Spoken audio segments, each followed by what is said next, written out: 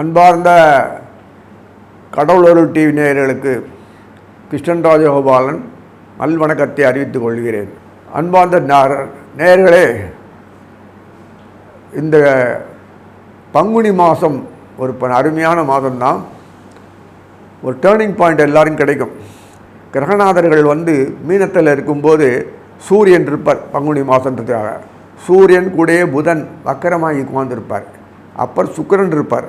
இதெல்லாம் நமக்கு எதுக்குன்னா, பாம்பு ராகு கூட இருக்குது. சூரியனோட பாம்பு இருந்தாலே பிரச்சனை தான்.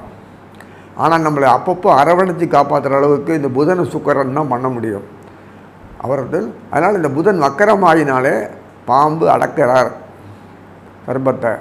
அதே மாதிரி வக்கரமாகிட்டு கீழே இறங்கிடுவார். அப்புறம் கீழே சனீஸ்வரர் உட்காந்துருப்பார் கும்பத்தில். சனீஸ்வரர் இப்போதைக்கு போக போதில் அது இந்த விசுவாசு வருஷம் மாசி மாதத்து வரைக்கும் 2026 அது வரைக்கும் கும்பத்திலேயே உட்காந்துருப்பார். அதனால் அந்த ப்ரொடெக்ட் பண்ணுறதுக்கு இந்த குரு மீனத்துக்கு போனால் தான் ரொம்ப சௌரியம். அதனால் இது கவலைப்பட தேவையில்லை. கூடையே நமக்கு வேண்டியவங்களாம் இருப்பாங்க. அதனால் நமக்கு பொறுத்த வரைக்கும் நமக்கு வேண்டியது எல்லாம் கிடைக்கும். கொஞ்சம் அடுத்தவனை பார்த்துட்டு இந்த மாதிரி இருக்குன்னு பயம் கொள்வது நம்ம வழக்கம். ஏன்னா அச்சம் பயம் வரும் நமக்கு எப்போதுமே. ஏன்னா எப்போவும் சமுதாயத்தில் எல்லாம் கலந்துருப்போம். இந்த நேரத்தில் நமக்கு சுதந்திரம் இருந்தாலும் இந்த நேரத்தில் கைப்பொருள் காணாமல் போகும், தொலையும், பாழாகும். இதெல்லாம் சர்வசாதாரணமாக நடக்கும். இந்த வருஷம் முடியும் போது இவ்வளோ கிரகங்கள் நமக்கு இருக்காங்களே, சுக்கிரன் இருக்கார், புதன் இருக்கார், சூரியன் இருக்கார், எல்லாம் ஒன்றா உட்காந்து கொடுக்க போகிறாங்கன்னு வச்சுக்காதீங்க. கொடுக்குறாங்க. நமக்கு அவ்வளோ சாமர்த்தியம் இல்லை. கொஞ்சம் சாமர்த்தியம் இருக்குது, நல்லது. ஏன்னா செவ்வாய் கடகத்துக்கு பேர்ந்த உடனே அட்டம பார்வையை கும்பத்தில் இருக்கிற சனீஸ்வரனை பார்ப்பார். அது ஒரு பெரிய அட்வான்டேஜ். இன்னொன்று பின்னாடி குரு புது வருஷத்தில் மாறின உடனே நமக்கு ரொம்ப சௌரியம். மிதுனத்துலேருந்து அழகாக பார்ப்பார். சனீஸ்வரனை பார்க்குறார், ரொம்ப கவலை இல்லை. அதனால் நம்ம பிரச்சனைகளுக்கு ஒரு பெரிய அருமை இருந்ததுன்னா ராகு புது வருஷத்தில் கீழே இறங்கிடுவார். அது வரைக்கும் நமக்கு சனியினோட ராகு பர்மனெண்ட்டாக இருப்பார். ஒரு வருஷம் 11 மாதம் வரைக்கும் இருப்பார் நமக்கு. அப்படின்னா என்ன அர்த்தம்? ராகுத்துவனோடு வாழறோம். சர்ப்பங்கள் வளைவு இருக்குது. நமக்கு எப்படி சாமர்த்தியம் வாழணுன்றது கற்றுக் கொடுத்துருவார். கவலைப்பட வேண்டாம், சந்தோஷம் வேணாம். மனசில் மொத்தம் நிம்மதி இருக்காது. பீஸ்ஃபுல் லைஃபு நமக்கு ஃப்ரீயாக இருக்கணும். அப்படி இருந்தால் தான் நமக்கு ஒரு மனசுக்கு ஒரு திருப்தி கிடைக்கும். ஏதோ ஒரு வேகத்தில் கர்மமேன்னு ஆஃபீஸில் போய் வேலை செய்கிற மாதிரி மடமடான்னு என்த்தையோ பண்ணிட்டு போயிட்டு இருந்தால் லைஃப்பில் மனசில் ரொம்ப குடைச்சல் வரும், உடம்பு பாடி வரும். அது நீங்கள் பகவானை பிடிக்கணும், நான் கையில் இல்லை. அதனால் எல்லா வசதியிலும் கொடுப்பான், எல்லாம் கொடுப்பான், உறவுகாரங்களும் எல்லாம் அனுபவிக்கலாம். ஆனால் என்ன பிரயோஜனம்? ஒட்டியும் ஒட்டால் ஒரு வாழ்க்கையை கொடுத்துட்றேனே அப்படின்னு போது கொஞ்சம் கஷ்டமாக இருக்கும். அதனால் நீங்கள் உறவுகாரங்களோட சந்தோஷமாக வாழறதுக்கு உண்டான முயற்சிகளை பண்ணுங்கள். நண்பர்களோட குற்றம் குறைய பார்க்காம இருங்க, அது போதும். ஏன்னா பெரிசாக ஒன்றும் கிரகங்கள் மாற்றம் கிடையாது. செவ்வாய் கீழே வருவார், கடகத்துக்கு வருவார். அழகாக பார்ப்பார். பின்னாடி இருக்கிற சூரியனில் பார்க்கக்கூடிய அமைகள் சனியனையும் பார்ப்பார். இந்த ராகு கீழே இறங்கிற உடனே புது வருஷத்தில் அவரையும் பார்ப்பார். ஸோ இத்தனை விஷயங்கள் இருக்குது. குரு மீனத்துக்கு போவார் புது வருஷம். அது வரைக்கும் அமைதியாக ரிஷபத்தில் இருக்கிற குருவும் மீனத்தில் இருக்கிற சுக்கராச்சாரியரும் ராசி பருவத்தை பண்ணுறாங்க. இதெல்லாம் நம்மளை ப்ரொடெக்ட் பண்ணுறாங்க. சர்ப்பங்கள் இருக்கும்போது இவ்வளோ ப்ரொடெக்ஷன் கொடுக்குறாங்கன்னா அந்த சர்ப்பங்கள் அவங்களாம் இல்லைன்னா என்ன ஆயிருக்குன்னு யோசிச்சு பாருங்கள். குரு சுக்கராச்சாரியார் புதன் 2 பேர் தான் சர்ப்பாவுடைய கண்ட்ரோல் பண்ணக்கூடிய சக்தி அவள் இருக்குது, மற்றவங்களெல்லாம் கிடையாது. அதனால் வரும்போது நமக்கு தெம்பு, தைரியமாக நீங்கள் உலகத்தில் வாழ முடியும், நன்னா வாழ முடியும். ஒரு குறையும் இல்லை, பிரச்சனைகள் ஒன்றும் இல்லை. அடிக்கடி சனீஸ்வரர் வக்கரமாகிறது, குரு வக்கரமாகிறது பயப்பட வேண்டாம். புது வருஷத்தில் இந்த பங்குனி மாதத்தில் நமக்கு தெளிஞ்சிருப்பே, நமக்கு தெளிவாக கிளியராக புரியும். அதனால் ஒரு பிரச்சனையும் கிடையாது. எல்லா தெய்வங்களையும் ஆராட்டுங்க, ஒன்றும் விடாதீங்க. ஏன்னா நமக்கெல்லாம் அவங்களெல்லாம் கூட இருக்கிறதுனால நல்ல தைரியமாக வாழ முடியும், நிம்மதியாக வாழ முடியும். இவ்வளோ காசு இருந்தாலே வாழ முடியும். எனக்கு அந்த அளவுக்கு நமக்கு கொடுத்துருக்காரு. ஏன் நம்ம நாட்டில் பார்த்தா பணத்தை நூண்டு கொடுக்குறாரு, ஒன்றுமே கொடுக்க மாட்டேன்றாரு. நம்ம எப்படி வாழறது கேட்பீங்க. மற்ற நாட்டில் பணத்தை கொடுத்துட்டு நாசமாக வச்சுருவார். நமக்கு அப்பப்போ குழந்தைகளுக்கு கொடுக்குற மாதிரி கொஞ்சம் கொஞ்சமாக கொடுத்தா தான் அவரோட ஒரு ரேப்போர்ட் இருக்கும் பகவான்கிட்ட. வேறு ஒன்றும் இல்லை.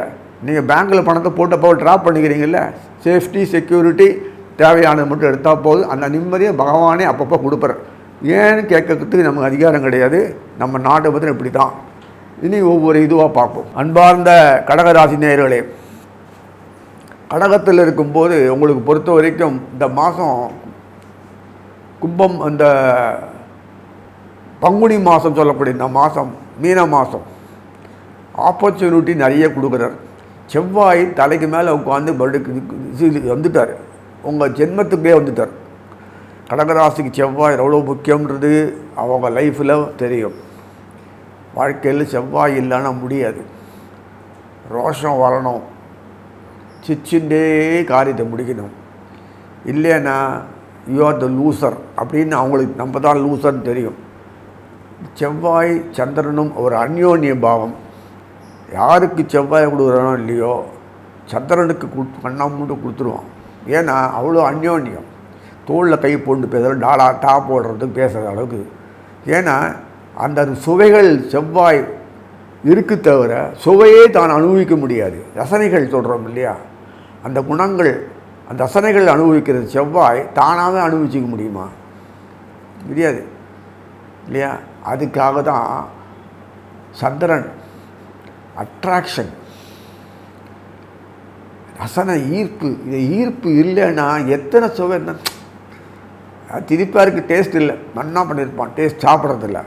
என்ன அழகாக இருக்குன்னு பேர் தான் ஒன்றும் ஒரு காரியத்தில் ஒன்றும் இல்லை, ஜீரோ அப்படின்னு தூக்கி வச்சுக்குவோம். இந்த ரசனைகள் கொடுக்குற செவ்வாய் கொடுத்த ஒரு காம்பினேஷன் சந்திரனோட கொடுக்கும்போது தான் பிஸ்னஸ் ஆங்கிளில் அது நடக்கும். பர்சனல் மேட்டரில் உன் காரியம் ஆகும். எல்லாம் பகையாளி பல்ல காமிச்சிட்டு ஐயோ அப்படி சொல்லிட்டு மன்னம் மறந்து கோட்டை விட்டுருவான். இந்த ஆள் மாறாட்டம் எல்லாம் பண்ண முடியும். புத்தியை மாற்றக்கூடிய அளவுக்கு சந்திரனுக்கு சக்தி இருக்கு. அவன் தான் புத்தியாக செயல்படுவான். மனசுக்காரன் சந்திரன் பேர். அதுக்கு மனசே சந்திரன் இல்லை. அந்த சந்திரன் மனசுக்கு வேண்டியவர். அந்த ஒரு திருப்தியை கொடுத்தாங்க. ஊரை பற்றி எனக்கு கவலை, எனக்கு ரொம்ப நல்ல வேண்டியவன் இப்படிலாம் சொல்கிறீங்கள. ஊர்கள்லாம் எத்தையோ பண்ணிட்டு கடைசியில் கெட்ட பேர் இவனுக்கு கிடைக்கிறது. பாவம் என்ன பண்ணிட்டு இல்லை பெருசாக என்ன பண்ணிட்டு போகிறேன் இப்படிலாம் ஒரு மனசு ஒரு வழி ஆக்கிடும். அதுதான் சந்திரன். இந்த சந்திரன் சம்மந்தப்பட்ட இதுக்கெல்லாம் பார்த்தீங்கன்னா எல்லாருக்குமே அந்த ஆயிலி நட்சத்திரம், அடுத்தது பார்த்தீங்கன்னா பூசம் சொல்ல இந்த சனீசன் நட்சத்திரம், குருவோட புனர்பூச நட்சத்திரம். காரியம் சாதிச்சிக்கணும், செயல்படணும். அதே சமயத்தில் எல்லோரும் நன்னாக இருக்கணும், தனக்கும் உதவியாக இருக்கணும். எப்போதும் நம்ம கூட எல்லோரும் இருக்கணும் கலகலன்னு. யாரும் சண்டை கண்டாலும் போடக்கூடாது. சச்சரவு கண்டாலே ஆகாது சந்திரனுக்கு. புத்திசாலத்தை பயன்படுத்தி எப்போதும் பண்ணணும். இப்படிலாம் ஒரு அமைப்பில் அதுதான் இந்த ஒரு சகிப்புத்திறன், டாலரன்ஸு, விட்டு கொடுக்கறது, வெக்கமே கிடையாது. அப்படின்னா தான் நமக்கு காரியம் ஆகணும். அதெல்லாம் பார்க்கும்போது சந்திரனுக்கு அந்த சந்திரனுடைய தயவு இருந்தால் தான் நமக்கு காரியம் ஆகும். நான் உணர்ச்சி வசப்பட்ட ரோஷம், வெக்கம், மானம், சூடம், கௌரவம் பார்த்தோன்னா வாழ்க்கை முட்டையாயிடும். ஒத்தனுமே இருக்க மாட்டாங்க, எல்லாருமே பகையாயிடுவாங்க.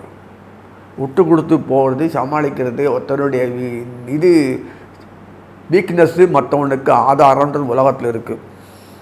அந்த வீக்னஸ்ஸை அவனுக்கு சொல்லாமல் அதை பயன்படுத்தின்னு அனுபவிக்கலாம். அதே சமயத்தில் ரொம்ப அந்யோன்யமாக இருக்குன்னா அது காரணத்தை சொன்னிட்டு நண்பராக இருந்து அதை மாதிரி மாற்றுறதுக்கு வழி பண்ணால் உனக்கும் ஆதரவமாக இருக்கும். இப்படிலாம் சந்திரன் ஒரு பண்ணுவார். அதனால் எப்போதுமே அந்த ஃப்ரெண்ட்ஷிப் எப்போதும் நீடிக்கும். அந்த பிஸ்னஸ் ஆங்கிளுக்கு ரொம்ப அவசியம். பிஸ்னஸ் மேனுக்கு நேரடியாக பிஸ்னஸ் பண்ணாமல் பிஸ்னஸ் பண்ணுற ஒரு துணை கூட இருந்துட்டு அட்டகாசம் பண்ணான்னா எப்போதும் பேக்கெட் ரொம்பிகிட்டே இருக்கும். நான் வேண்டிய வாழ்க்கை வரும். ரிஸ்கே எடுத்துக்க மாட்டார். கடகத்தை பொறுத்த they won't take the risk at all. அவங்களுக்கு மற்றவங்களுக்கு சர்வீஸ் பண்ணி நானும் அதை வாழணும், நானே எல்லாத்தையும் பண்ணுறதுக்காக இல்லை, இப்படிலாம் ப்ரோக்ராம் பண்ணுவோம். ஸோ இதெல்லாம் பியூட்டிஃபுல்லாக பண்ணி அனலைஸ் பண்ணி ஓவரால் வேர்ல்டு லெவலில் பாப்புலராக இருக்குது யாருன்னா கடகம் தான். நேரு கடகராசிக்காரன் தான். நான் பொதுவாக சொல்கிறேன், அப்படியே படிச்சிருக்கேன் ஒரு காலத்தில். அதனால் நீங்கள் நினைக்கிற மாதிரிலாம் உலகத்தில் சாதனை பண்ணால் சகிப்புத்தன்மை இருக்கணும், புத்தி இருக்கணும், கோபதாகம் உணர்ச்சியில் வெளியில் காட்டக்கூடாது, அடக்கி வைக்க முடியாது, அதை அப்படி கன்வெர்ட் பண்ணிடணும். இதெல்லாம் அந்த சாமர்த்தியம் எல்லாருக்கும் இருந்துச்சுன்னா சந்தோஷம்தான் இருக்கணும். அது சடகத்துக்கு அதிகமாக இருக்கும். அதனால தான் செவ்வாய் ரொம்ப அந்யோன்யமாக. செவ்வாய்கிட்ட என்ன தான் சந்திரன் போய் சண்டை கண்டம் போட்ட உணர்ச்சி ஒத்தப்பட அந்த ஈர்ப்பு செவ்வாய்க்கு கிடைக்கிற மாதிரி யாரும் கிடைக்காது. அதனால் அவ்வளோ மோகம் செவ்வாயுடைய அமைப்பு சந்திரனுக்கு கிடைக்கிறது. எப்படின்னா அவர் வீட்டில் உட்காந்துட்டார், அந்த வீட்டில் வீக்காக இருப்பார் செவ்வாய். வீக்காக இருக்கிறதுக்காக செவ்வாய் உணர்ச்சி வசப்படாத அனுபவிக்கிற அர்த்தம். உணர்ச்சி வசப்பட்டு அனுபவிக்கிறது இல்லை, அது வெறி. அதனால் கோபம் வந்தாலும் உணர்ச்சி வசப்பட்டால் நாசமாகிடும், சந்தோஷம் வந்தால் உணர்ச்சி வசப்பட்டான்னா இவன் பாழாயிடும், நாசமாக போடும், முகத்தில் முழுகிடுவான். ஒன்றுத்துக்கும் இல்லாமல் அப்படி அழகாக வச்சுருப்பான்.